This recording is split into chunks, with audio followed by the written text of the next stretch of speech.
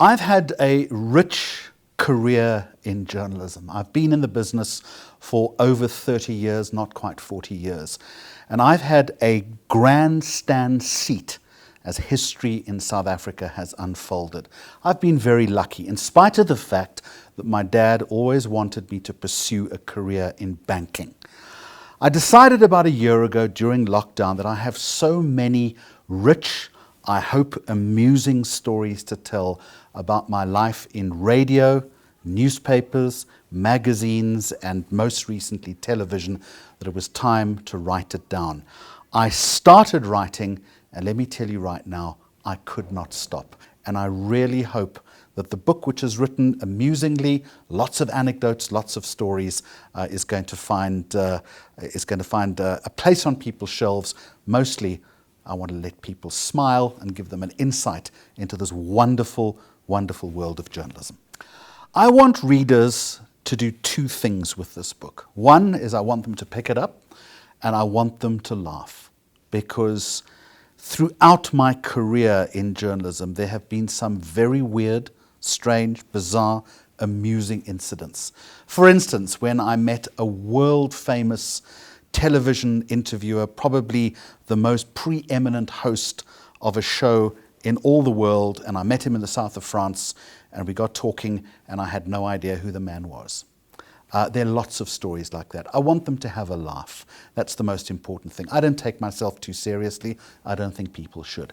The second thing, though, is it's more serious, is that I'm hoping it's an honest treatise of what it's like to work in the media, but I've also tried as honestly and as fairly and objectively as possible to give a sense of what's right and what's wrong in the media, and how difficult things are, particularly when you're working in what we call in the business a rolling news format, when the news is happening and it comes at you. It's not easy. I'm hoping to draw a curtain back on that for the readers of my final answer.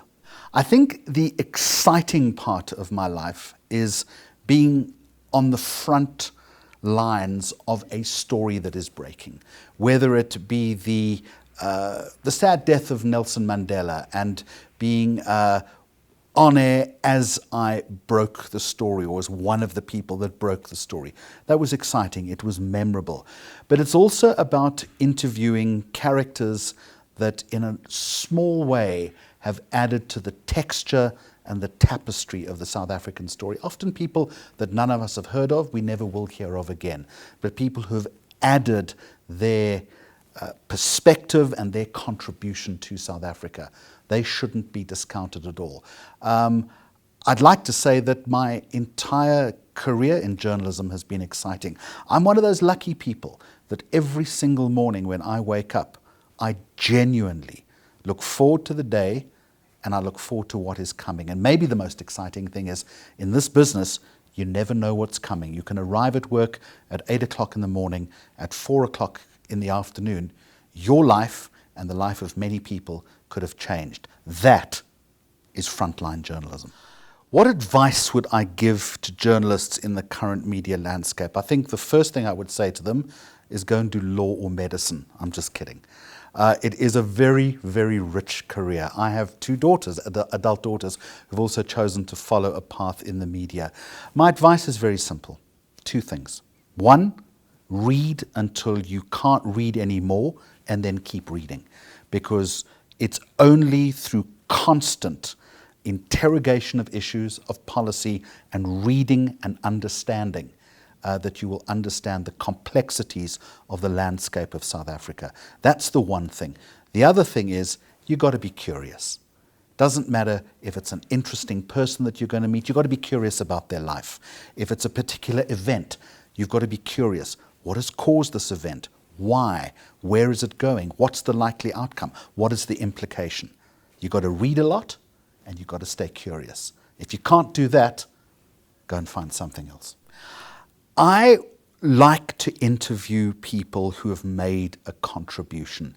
I don't have a list of people who I want to interview or I haven't interviewed before. I mean, obviously the big names, I'd like to interview the Pope. I'd love to sit down and have an interrogative interview with Donald Trump. for that matter, Joe Biden, the current US president, Boris Johnson, South African politicians. I've been lucky enough to interview most of the important people. I haven't got a list of people that I want to interview. I just want to interview people who have got something real to say, that have got a real story to tell, that are interesting, but also people that don't necessarily take themselves too seriously. Is there a threat to media freedom right now? It's a question that I have been asked all my life. I don't think the threat is any less or any greater than it has been in the past. There is always, and there always will be, a threat to media freedom, not only in this country, but around the world. It is up to people in the business, in the media business, to make sure that we guard against it, that we speak out against it, and we protect that very important notion of free speech that is enshrined in the South African Constitution. Leading a newsroom in South Africa is very difficult. We have a complex political environment. We have more contestation of ideas than ever before. We are a troubled country in many respects. There is a lot of anxiety, there's a lot of anger, and newsrooms are microcosms of society. I write in my final answer about some of the mistakes that I made as a newsroom leader, and there were many.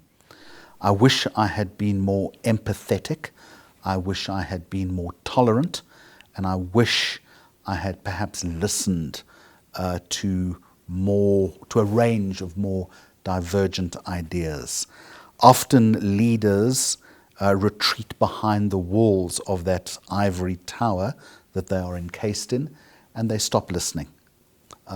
Writing this book was very cathartic for me in that respect, because I learnt how important it was to listen to diverse views and to be kinder and to be more tolerant and to be more empathetic. You asked me the question about radio or TV. It's a horrible question, but on reflection, I have to say, this is what we call in the business a dramatic pause: radio. And that is my final answer, unless I think again and someone says, here's an opportunity to sit behind a big TV news anchor desk and to report a big, dramatic, rolling story where as the anchor you are orchestrating many different component parts, then I might have to change my mind. Radio or TV, who knows? I've done them both.